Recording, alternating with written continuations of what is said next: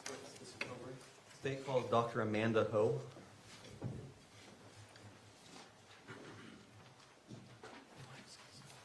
And could we please excuse Officer Guerra from his subpoena? Can you be excused? Yes, sir. All right, thank you, sir. You're free to go.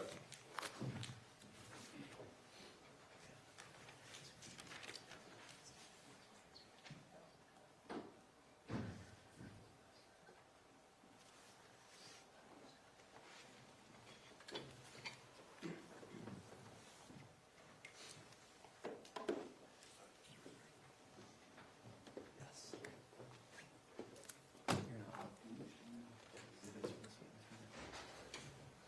Good afternoon, Dr. Howe. If you'll come stand roughly in front of me, I'll swear you in.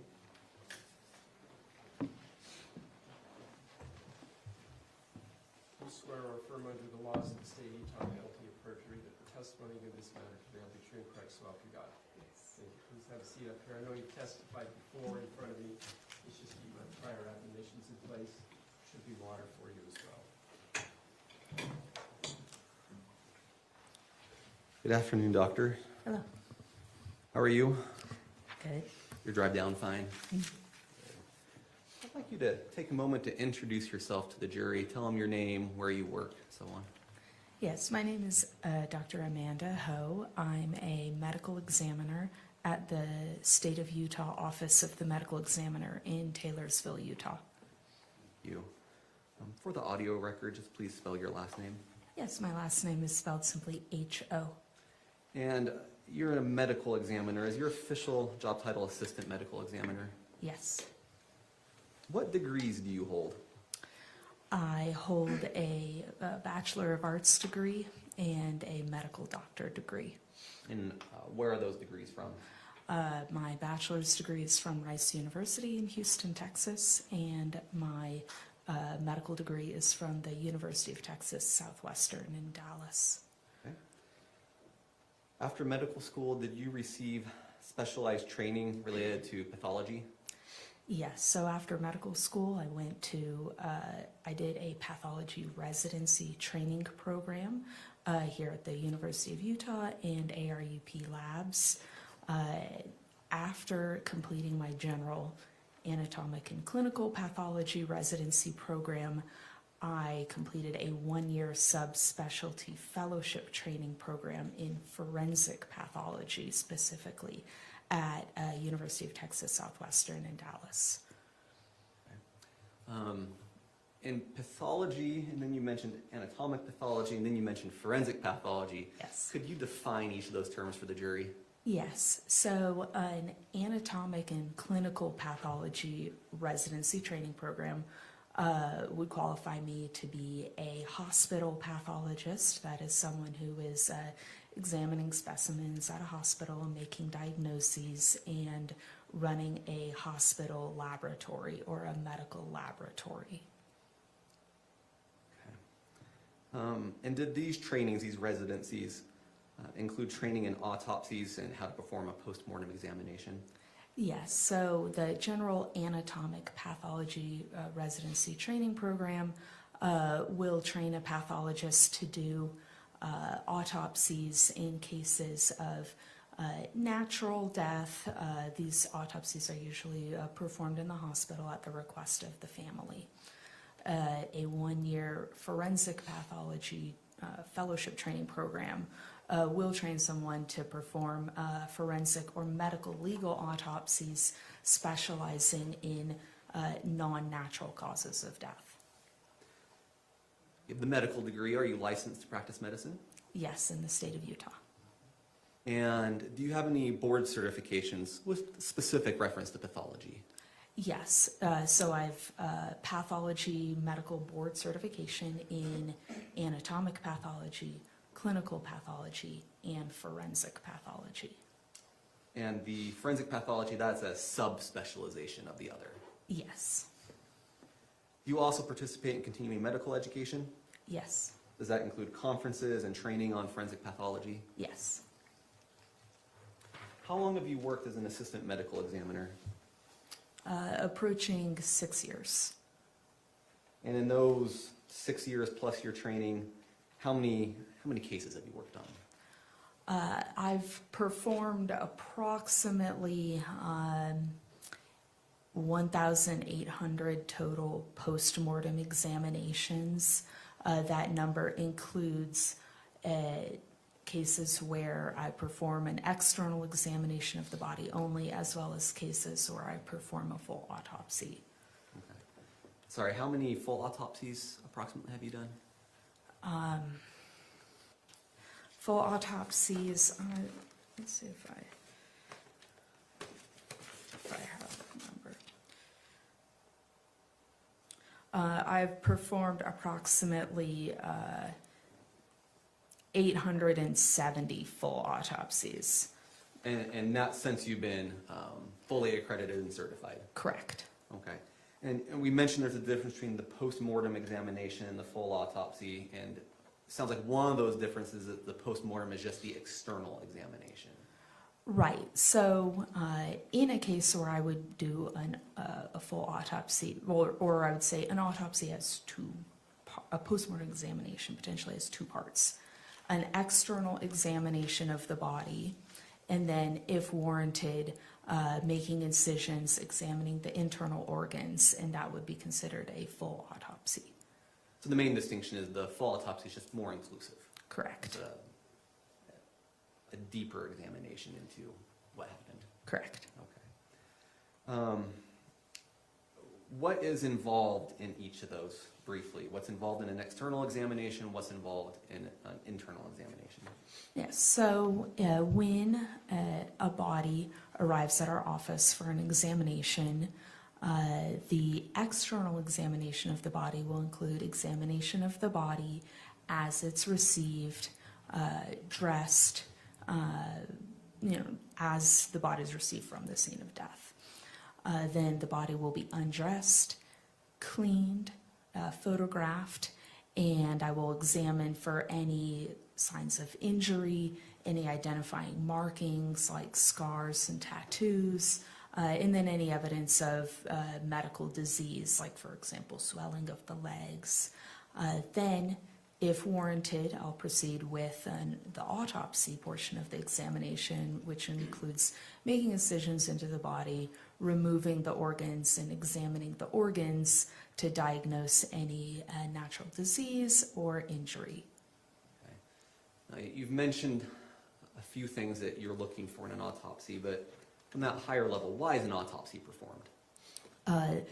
An autopsy is performed. The ultimate goal in performing an autopsy at our office is to determine the cause and the manner of someone's death. Okay. Are there other questions an autopsy can help answer? Yes. The other goals in performing the examination and autopsy at our office would be to establish someone's identification, and in case the sort of body comes to our office unidentified, and to gather any evidence that may be needed. You mentioned cause of death. What does that mean? The cause of death is the natural disease or the injury or the toxic exposure in the case of drugs that led to someone's death. How is that different from manner of death? Yeah, the manner of death describes how, or the circumstances under which the death occurred. In Utah, as in most states in the United States, we have 5 options for a manner of death. The death can be natural, accident, suicide, homicide, or undetermined, if there's not enough information to choose one of those preceding 4 options. Let's just take a hypothetical really quick. If someone died by a gunshot wound, that would be the mechanism of death. Yes, that would be the mechanism or the cause of death. And then you potentially could determine that it was accidental, it was suicide, it was homicide, or it might be undetermined. Correct. And then obviously, probably gunshot wounds aren't natural, but there may be times that you find someone, it's a natural cause of death. Correct. Maybe a heart attack or something. Correct. Okay. Now, when you're making these 2 determinations, what type of information do you consider? We consider investigative information that was gathered at the scene of death or gathered from law enforcement investigation into the circumstances of death, information from medical records, any background information that we can obtain. Consider autopsy findings and examination findings, and then any laboratory results that we order as part of the examination. And that would include potentially photos from the scene of the event. Correct. Let's move on more specifically to this case. Did you perform an autopsy related to this case? Yes. Was that on Mr. Matthew Restelli? Yes. When did you perform that autopsy? I performed that autopsy on July 15th of 2024. And where was it performed? That was performed at our office, the Office of the Medical Examiner in Taylorsville, Utah. Does every autopsy follow a standard process? Yes. Did you follow that process in this case? Yes. Please explain to the jury what the standard process is. So the standard process, as described before, involves examining the body as received, dressed with any EMS or medical resuscitative paraphernalia present,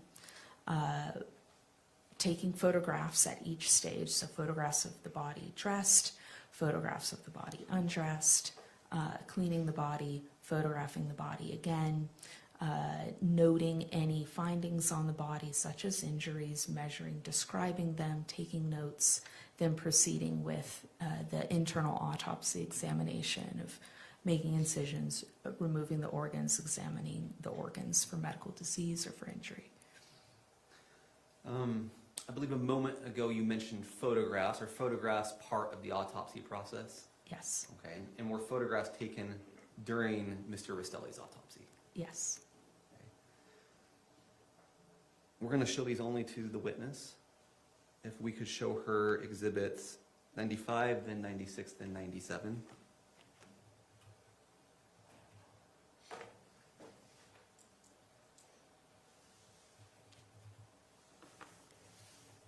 You recognize that?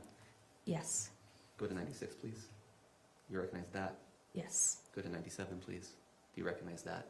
Yes. Okay, thank you. Let's take them down. What were those? Those were photographs of injuries that were present on Mr. Restelli's body upon examination. State moves into evidence exhibits 95, 96, and 97. Any objection? No, Your Honor. So heard, thank you.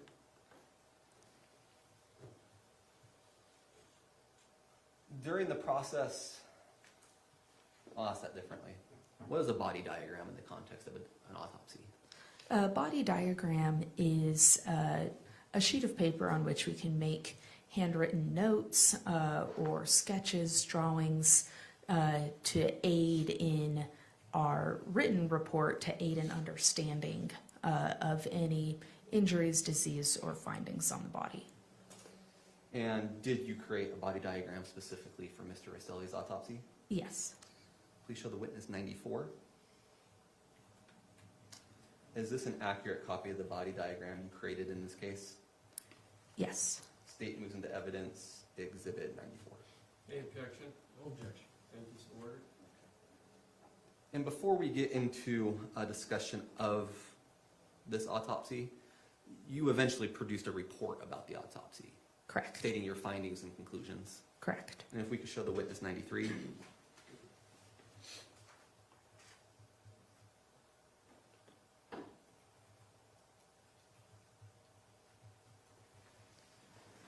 Okay. Do you recognize this? Yes. Is that your ultimate report? Yes. State moves into evidence 93. Any objection? No objection. So ordered as well, thank you. Thank you. We can take that down now. Okay, so we discussed the process or the steps of an autopsy. I would like to direct your attention to your external examination of Mr. Restelli. Did you observe any injuries on Mr. Restelli's body? Yes. What type of injuries did you observe? I observed that there were a total of 7 gunshot wounds. Are there physical characteristics that would enable you to distinguish between an entry and an exit wound?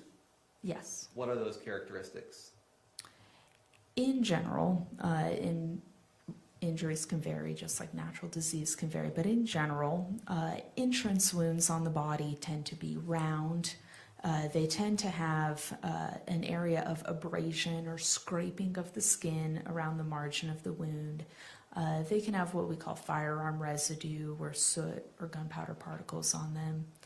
And then in general, an exit gunshot wound tends to be a linear wound or a star-shaped or irregular wound rather than round.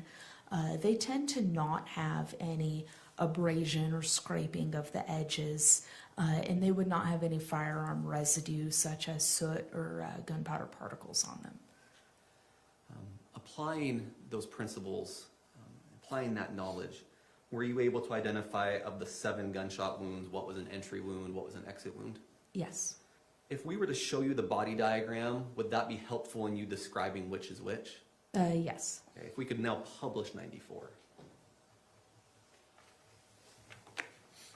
I'd like you to use this body diagram as soon as it's on the screen for everybody to walk the jury through which of the 7 are entry and exit wounds. Yes, so there's a total of 7 gunshot wounds. Of those 7 wounds, 3 of them are what I would call perforating. That means the bullet entered the body and then exited the body. 4 of those wounds are penetrating wounds where the bullet entered the body but did not exit. So we have 7 entrance wounds and 3 exit wounds for a total of 10 injuries to the body related to gunshot wounds, but they add up to 7 gunshot wounds. So I've separated them out in my report into gunshot wounds of the torso, a gunshot wound of the left hip, and a gunshot wound of the right forearm. For the 5 gunshot wounds of the torso, the entrance wounds are A, B, and C on the back as lettered on the body diagram, as well as G and H on the right side of the chest are also entrance wounds. So that's 5 entrance wounds. There's 1 exit wound on the torso, that's letter D on the diagram. And then there were 4 bullets that were recovered from inside the torso. That's the chest and abdomen. So 5 entrance wounds plus 4 bullets plus 1 exit wound. There's the gunshot wound of the left hip, which has the entrance wound labeled as E on the diagram and the exit wound labeled as F on the diagram. And there's a gunshot wound of the right forearm with the entrance labeled as letter I and the exit labeled as letter J.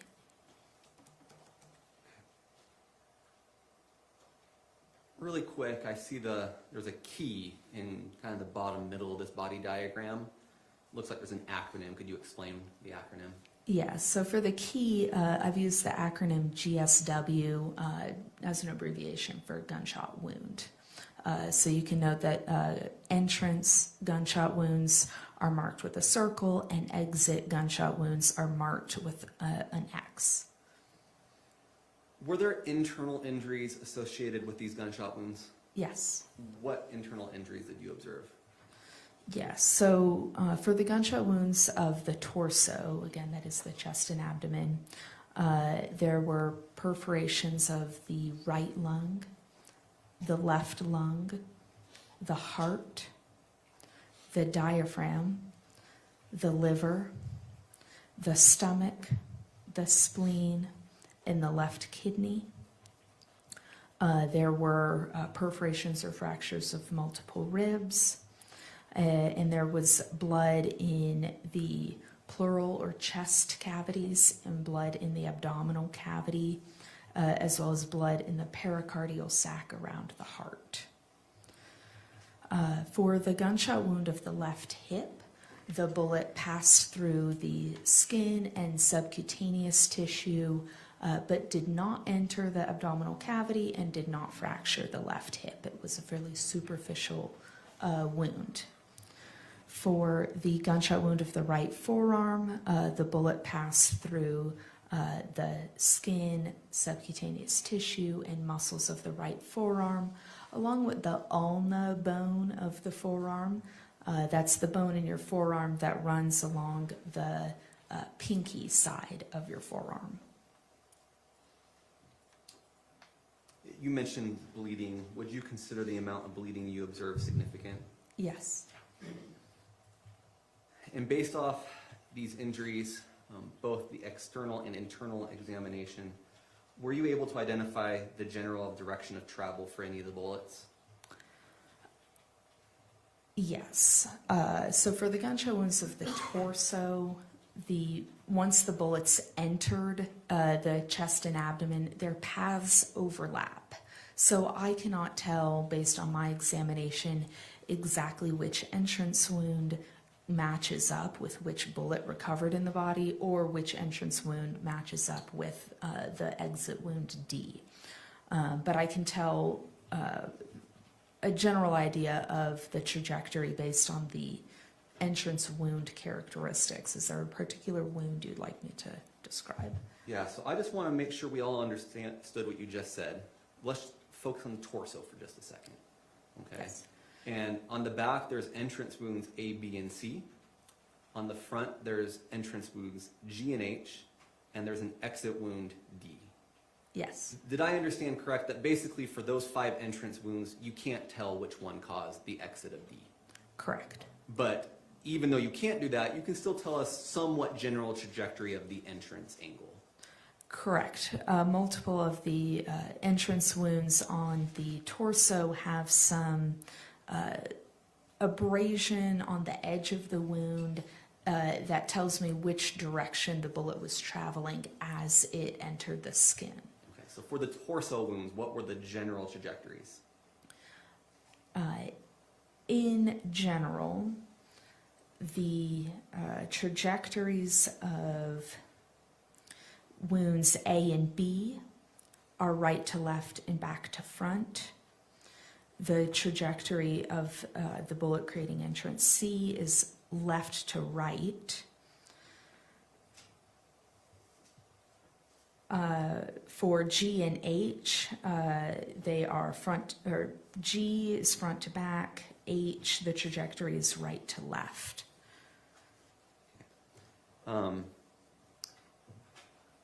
And just to clarify, when you give these directions, is that reference point from Mr. Restelli's reference point or from a viewer observing the body? That is as Mr. Restelli would have experienced it. So when I say right to left, it's from Mr. Restelli's right to his left. Thank you. Let's move on to the other wounds, E and F on the hip and I and J on the forearm. I think a previous answer may have implied it, but let's state it concretely. What can you tell about the trajectories of those wounds? Yes, so particularly for the wound of the forearm, I'll have you note the position of the body in the diagram. You see the diagram shows someone standing upright with their arms down by their sides and their palms facing forward with their thumbs facing away from the body. That's what's called anatomic position. So when I'm giving trajectories, it's the trajectory of the bullet in the body if the body were standing in that position. So the trajectory of the gunshot wound of the left hip is downward, left to right, and slightly back to front.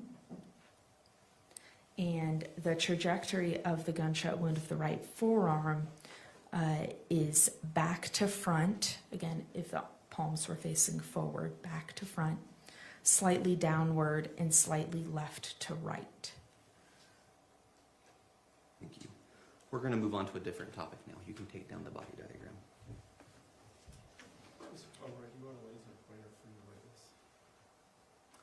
That probably would have been helpful, Judge, but I think we're past that point. You got other pictures coming up. Give it to her in case you- Thank you, Judge.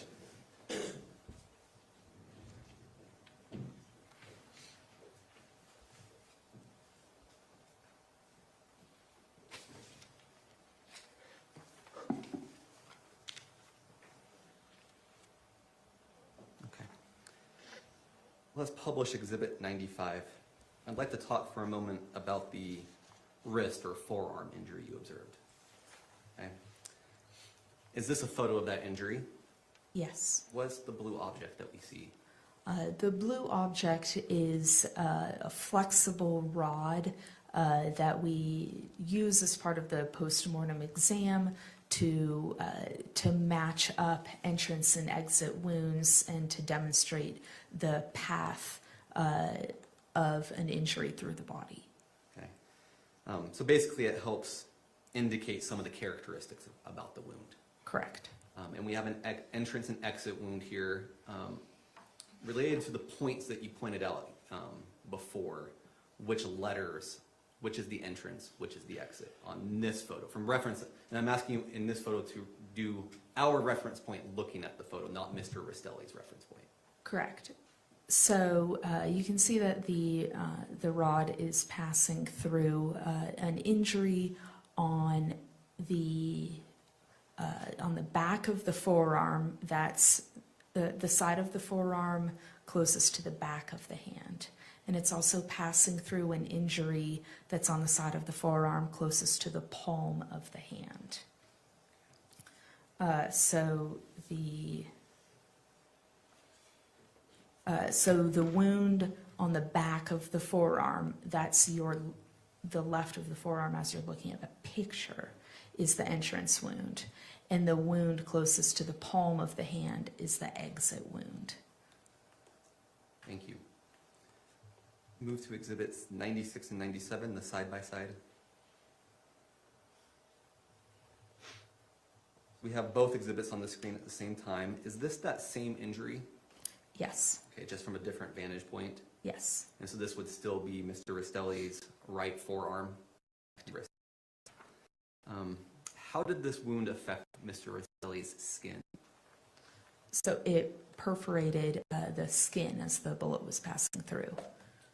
How did it affect any tissue in the arm? It perforated muscle and subcutaneous tissue within the arm. How did the wound affect any bones that are in? The ulna was fractured. That's bone.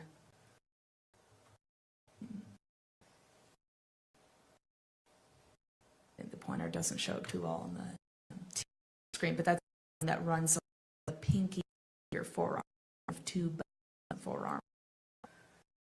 From reference point of this photograph, that would be the lower bone. Correct. And you said it fractured that bone. Correct. Did the bone damage any of the, sorry. Before you start, Dr. Cole, I think this is on the side. Yeah, it's, so I can get the pointer to show up, for example, on the wall, but I bring it down and it just doesn't reflect very well off the TV screen. But I think I can go ahead and verbally describe what I'm saying. Thank you. Did the bullet also damage any of the surrounding muscles? Yes. What muscle group was affected? I'm not sure that I understand your question. Would it be accurate to say that the flexor muscles were affected? Yes. To what degree were they affected? So I can't. I don't mean that from a biomechanical sense. I mean that, was it a light abrasion? Was it complete destruction? Was it a perforation? Do you understand the question? So in general, muscles in this portion of the forearm have been to varying degrees perforated, lacerated. That means torn. Contused, that means bruised. So a contusion is a bruise, a laceration is torn, a perforation, that might be like punching a hole in a piece of paper. Correct. It means that a hole was punched through something. Okay. So all in all, the injury involved skin, bone, soft tissue, and muscles. Correct. So we can take that down now. Thank you. We'll do the flexor muscle and hand function. the flows in general are going to allow you to close your hand and fingers into a fist, as well as to bend your wrist toward the forearm. Do the bones and other soft tissues of the forearm also play a role in hand function?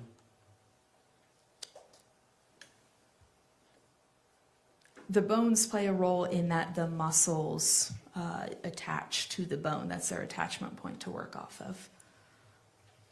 So,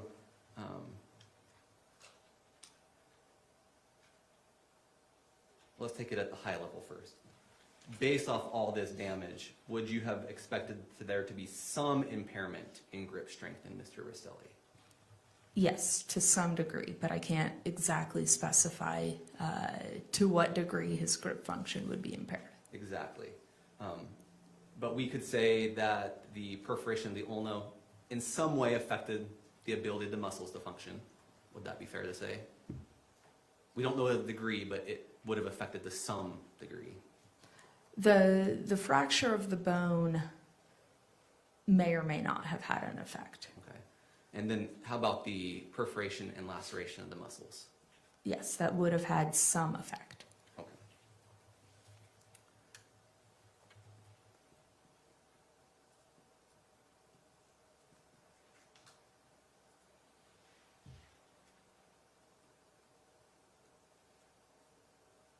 Did you review any of the police photos of this scene? There was one photo provided by our investigator that was not taken by our investigator, but that was provided to our scene investigator by law enforcement. You have that one queued up, right?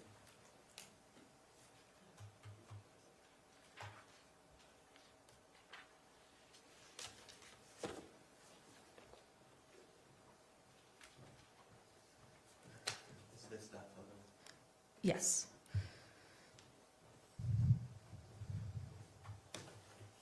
So that photo was previously admitted as State's Exhibit 44. We're going to put it on the screen for a moment.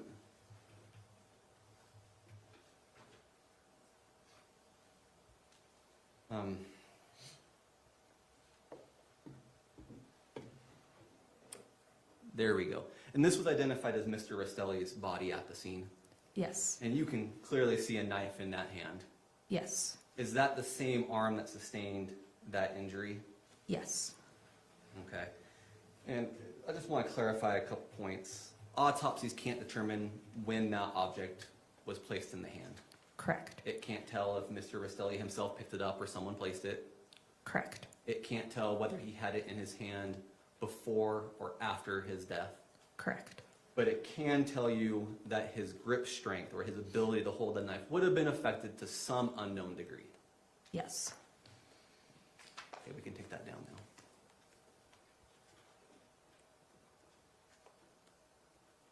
One more question about the internal examination. Did you observe any natural disease that would have contributed to Mr. Restelli's death? There was no significant natural disease that would have caused or contributed to his death, no. Was toxicology performed as part of this? Yes. Were there any substances detected in Mr. Restelli's body? Yes. What was detected?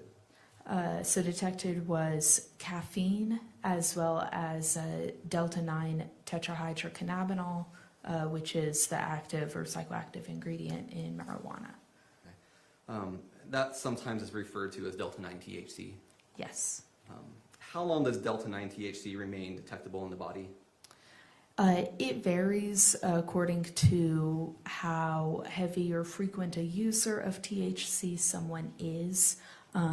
It can vary from, it can take anywhere from a few days, 3 or 4 days, to greater than 6 weeks for it to completely clear out of your blood.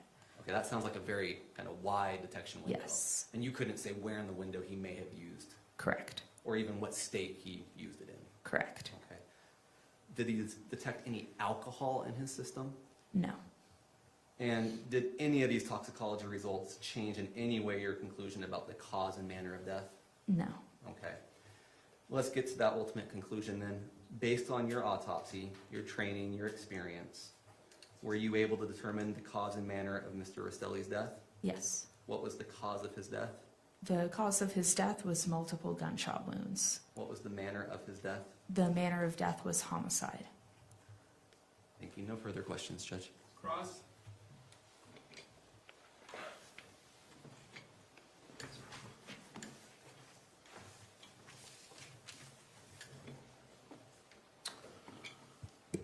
Good afternoon, Dr. Ho.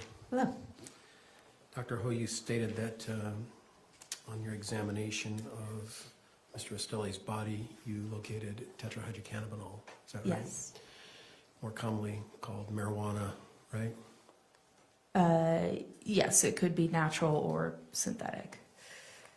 You've heard other words for THC, haven't you? Yes. Pot, weed, Yes. right? And so when they're talking about THC, we're talking about that substance what people use to have a hallucinogen experience, right? Correct. And did you do a nanogram testing of the tetrahydrocannabinol in this body? Yeah, the toxicology laboratory did quantify it. Thank you. Yes. And on the alcohol, you said that there is no alcohol in the body, is that right? Correct. Now, you explained that THC can be in the body for an extended period of time, right? Yes. Up to 6 weeks, I think you said. Yes. How about alcohol? What's the dissipation level of alcohol in a human body? It depends on what level of alcohol is in the blood. An example, if my blood tested positive for alcohol at a 0.20, that's 20% alcohol, that would have a longer time to completely dissipate out of the body than a 0.10. Is that right? Yes. Is that what you meant by your answer? Yes. So do you know what the dissipation level of alcohol is in a body, a percentage per hour, per 2 hours, per 6 hours, or anything like that? Not off the top of my head, no. Okay, no further questions. Thank you, Judge. Thank you. May this witness be, any redirect first, Mr. Palmer? No need, Judge. Thank you. And she can be excused. Any objection to excusing Dr. Holmes, Mr. Vice President? No objection. Thank you, Dr. Holmes. Here you go. Thank you.